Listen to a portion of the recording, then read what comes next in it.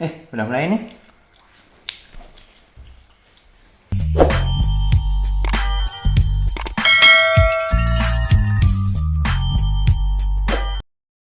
Halo teman-teman, kembali lagi di channel Ruang Berbagi di segmen Ruang Pendapat bersama saya Ahmad Khalil Bisri yang akan menemani waktu unfaedah Anda untuk mendiskusikan isu-isu, berita-berita, permasalahan-permasalahan dan segala tetek bagainya secara casual atau santai gitu ya.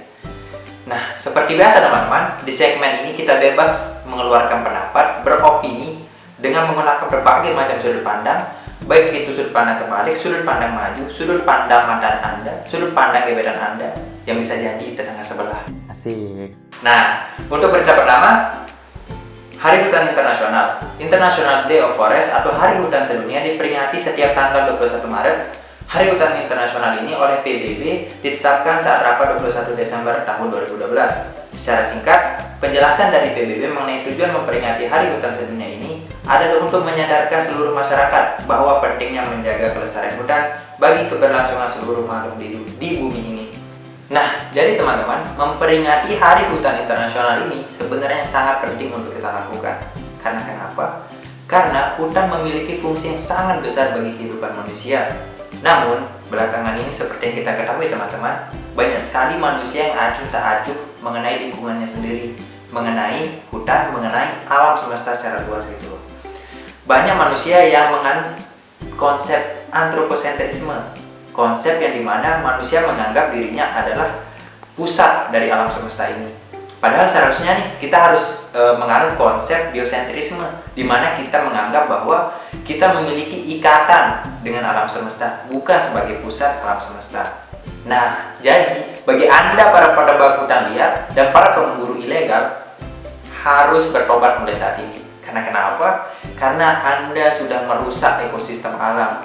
Anda harus mulai bertobat dan mulai membaca artikel-artikel tentang environmental ethics agar Anda paham bagaimana cara menjaga alam ini. Oke. Untuk berita yang kedua. Berita kedua mengenai dipaksanya mundur tim bulu tangkis Indonesia dalam melanjutkan perhelatan kompetisi All England 2021 menuai banyak kritik dan kekesalan dari berbagai pihak. Tim Indonesia dipaksa mundur karena telah dikonfirmasi satu pesawat dengan orang positif COVID-19.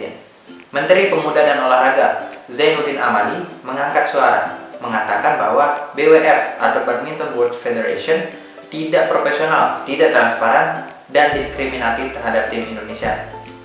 Padahal, tim Indonesia sudah divaksin, menjalani swab PCR, dan sehat walafiat, namun masih saja dipaksa mundur dalam kompetisi ini.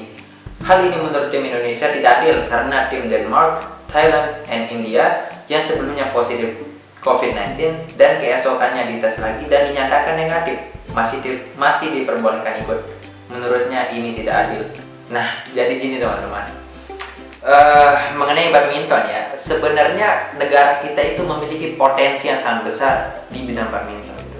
Kita memiliki pemuda dan pemudi yang wow, hebat-hebat. Seperti Anda menonton saat ini, Anda juga hebat-hebat sebenarnya, tapi Anda sedang agak beda aja gitu ya.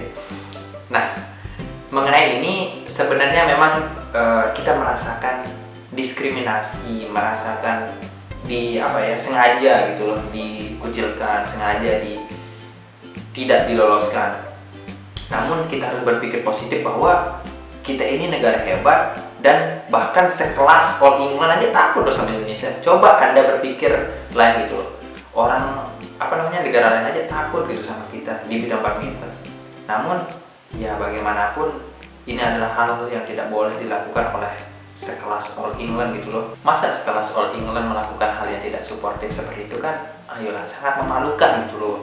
Nah, berhati-hatilah Anda dengan netizen Indonesia, karena sekali netizen Indonesia sudah marah, Anda bisa hancur berantakan.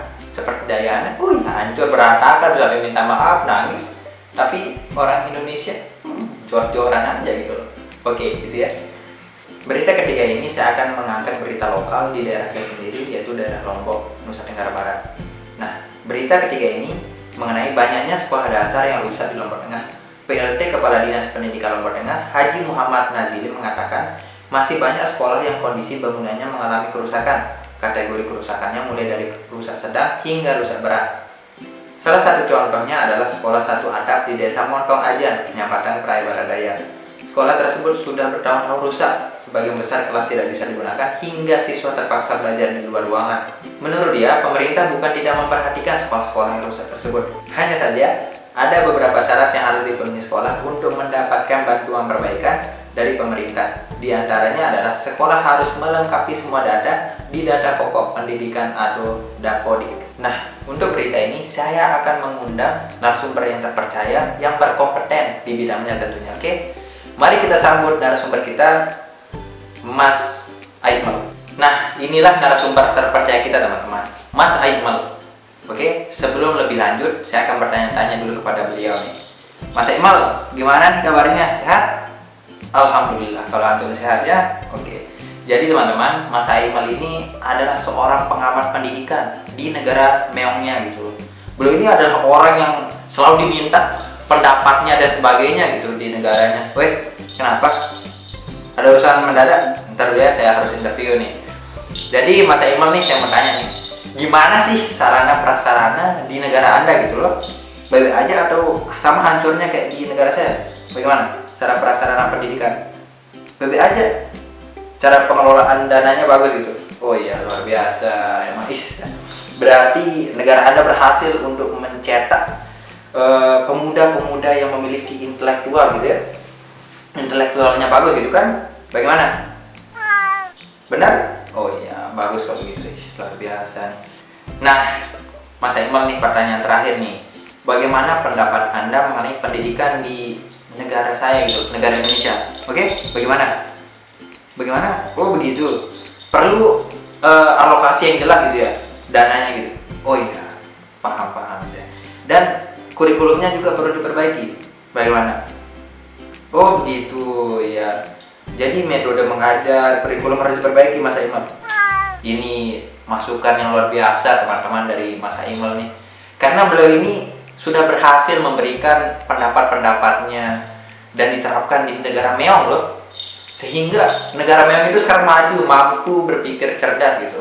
Jadi untuk kita nih, jika ingin negara kita maju memiliki pemuda-pemudi yang berkualitas, ya harus kita perbaiki sarana dan prasarananya pendidikan kita gitu loh. Oke? Nah, terima kasih ya Mas Aikmal atas waktu berharganya. Saya tahu Anda sibuk, tapi ya terima kasih banyak gitu loh. Sekian teman-teman, jangan lupa subscribe channel Ruang Berbagi. Semoga bermanfaat. Assalamualaikum warahmatullahi wabarakatuh.